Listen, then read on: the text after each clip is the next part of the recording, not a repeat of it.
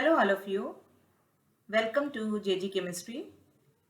As long awaited CSIR-NET June 2021 exam was held yesterday, so we will discuss some of the memory based questions from pericyclic reaction and NMR spectroscopy, as many questions came this time.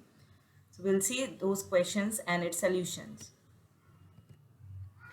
The very first question was you were having here alene and trans alkene was there. Under thermal condition, you need to design the product. So we know it is a 2 plus 2 cycloaddition reaction. You have alene here and trans alkene. So it is going to form a cyclic product. Since you have here trans alkene, it is going to retention of the stereochemistry and form the trans product here. So if you have opted this answer, it is the correct answer under thermal condition. The second was also from the pericyclic reaction. As you can see, this reaction was given there and they were asking whether it is 2 plus 2, 4 plus 2 or which type of cycloaddition reaction is there. So this is clear that it is the 2n system here, benzene, 2 electron will participate, and you can see here it is a cyclic product formation at these two carbons. And you can notice here 4 pi electrons are present having the 8 electron and all are participating in the bond formation, or you can say a new molecule formation. So here 8n electron participating, here 2n, so it is basically that 8n plus 2n cycloaddition reaction. The next example is again, you can notice it is diene and you have a dienophile present here in the presence of Lewis acid, that is ZnCl2, and they are asking you to design the product. Options were given, you have to finalize the product along with its stereochemistry. So let's see. So if you write down the heterolytic cleavage of this double bond, we can write this minus plus minus plus, since electron donating group is there, so this positive charge is stabilized, and similarly here being an electron donating group, this charge is stabilized here. And if you compare in dienophile carbon and nitrogen, nitrogen being more electronegative will have a negative charge, and so negative positive will form a bond and molecule will form a bond in this way.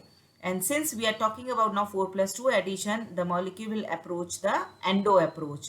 Therefore, we have written this molecule and the substituents towards inside so that a secondary bond interaction can occur, it can stabilize. So why we need to do this? Because we need to decide the stereochemistry of the product. So now you can see this group in diene is outside, and we assume that it is on the left hand side. And if you note, this electron withdrawing group is also on your left hand side. So since both are on your left hand side, though, you can say the stereochemistry of the two groups will remain the same. Okay, either it is you can draw above the plane or below the plane. So this was the correct option for the given problem. Now we'll see some problems from the spectroscopy, and the three molecules were given to you. They were asking you the order of the carbonyl stretching frequency. So we'll see in this molecule, you can see the carbonyl group and the chlorine is very close to equatorial chlorine is present to the carbonyl group. So you can have here eclipse interaction, which will increase the strength of the carbonyl bond, and so it is going to increase the frequency of this carbonyl.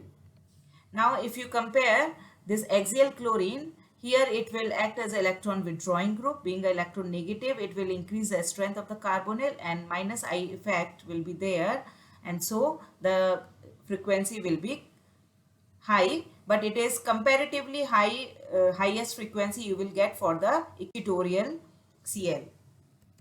And then so you can write down the order of the frequency. The equatorial Cl, the carbonyl group will have the highest frequency. Then comes the axial chlorine, which is again increasing the strength of the chlorine because of the electron withdrawing group or negative nature.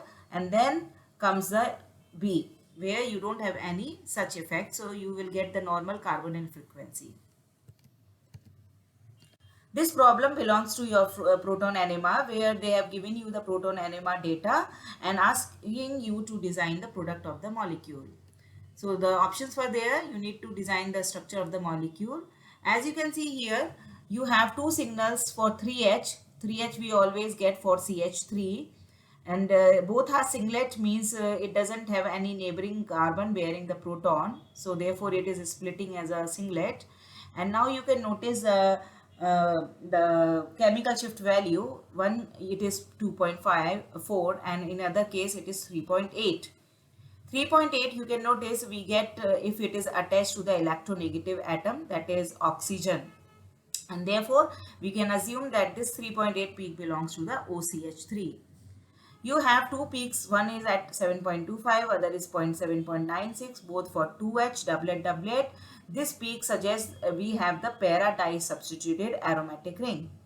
Therefore, you are getting two signals, and this range belongs to the 7 to 8 range belongs to the aromatic ring. So this is confirmed now. Now we need to decide the substituent, whether it is OCH3, and then you can see here, compare the data of chemical shift. One is 7.25, which is a standard for the aromatic ring without any substitution also.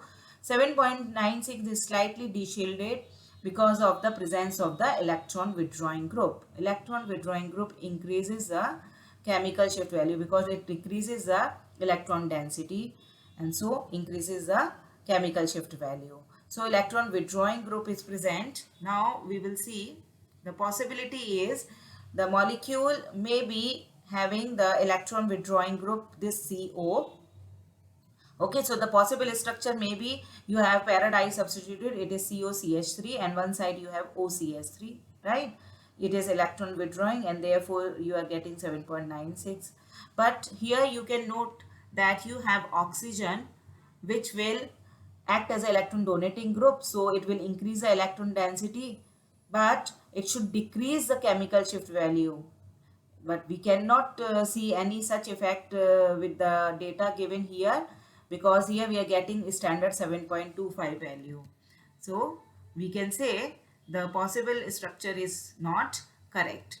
So what is the other possibility? You can also write here the COOCH3. Here we have OCH3, but you have electron withdrawing group along with that. So you are getting 7.96 because of the electron withdrawing group, and a normal 7.25 because you have only CH3 present here, which is not affecting the frequency of the proton. So we can assume that this is the possible structure and correct structure of the given molecule based on the data given. Now this is again the proton and C13 NMR based problem, where mass data is also given. 4 molecules are given. You need to justify this data belongs to which structure. Now we will use here elimination technique first. So you can see here in this molecule you have two different type of carbon. So under carbon 13 you will get two signal, but here the data says carbon 13 has only one signal. So this is eliminated.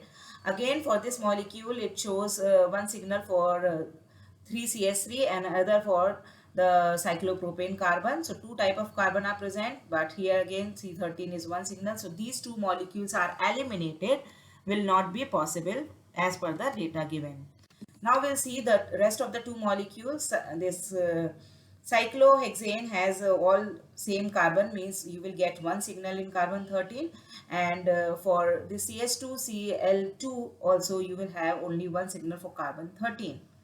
Now you can notice in proton NMR also we will get one signal for cyclohexane, and moreover you will get one signal for this molecule also, CH2Cl2. But if you see the chemical shift value for proton NMR, it is given 1.4 ppm, while you have electron withdrawing group here, which increases the chemical shift value, right, in the range of 2 to 5.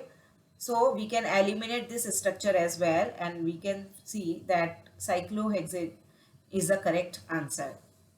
And if you see the data also, here with respect to C13 also, C13 35 ppm carbon you will get here for cyclohexane, because electronegative atom will increase the carbon shift value also up to 45 to 50 ppm.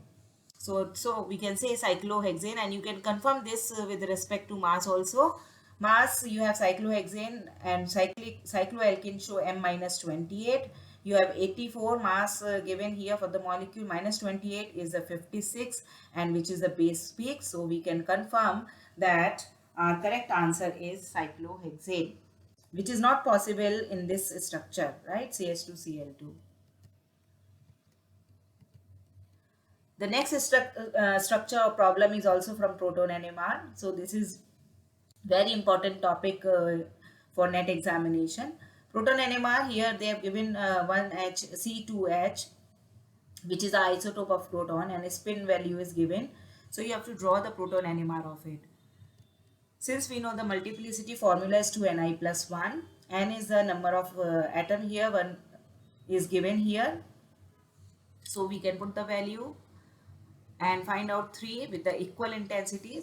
So we'll get a triplet of intensity 1:1:1 for the above problem.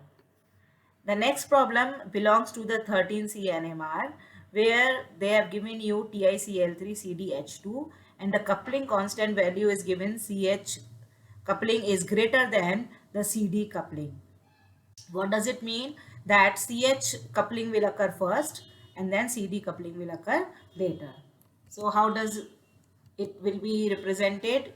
CH2, two hydrogens are there. So based on the n plus 1 rule, you can apply the multiplicity, and we know n plus 1 is 3. So first you will get a triplet here in the ratio of 1:2:1 under proton NMR, and then deuterium you can apply the same formula to Ni plus 1. I is 1 for deuterium, so we can find again 3 peaks or a triplet with the equal intensity for deuterium 1:1:1, and you can show the multiplicity like that. And finally the 13C NMR, you will get this spectrum, and you can represent the options were given there. If you have opted all these options which we have seen just now, then your answers were correct and you have chance to crack this exam June 2021. So here all the best.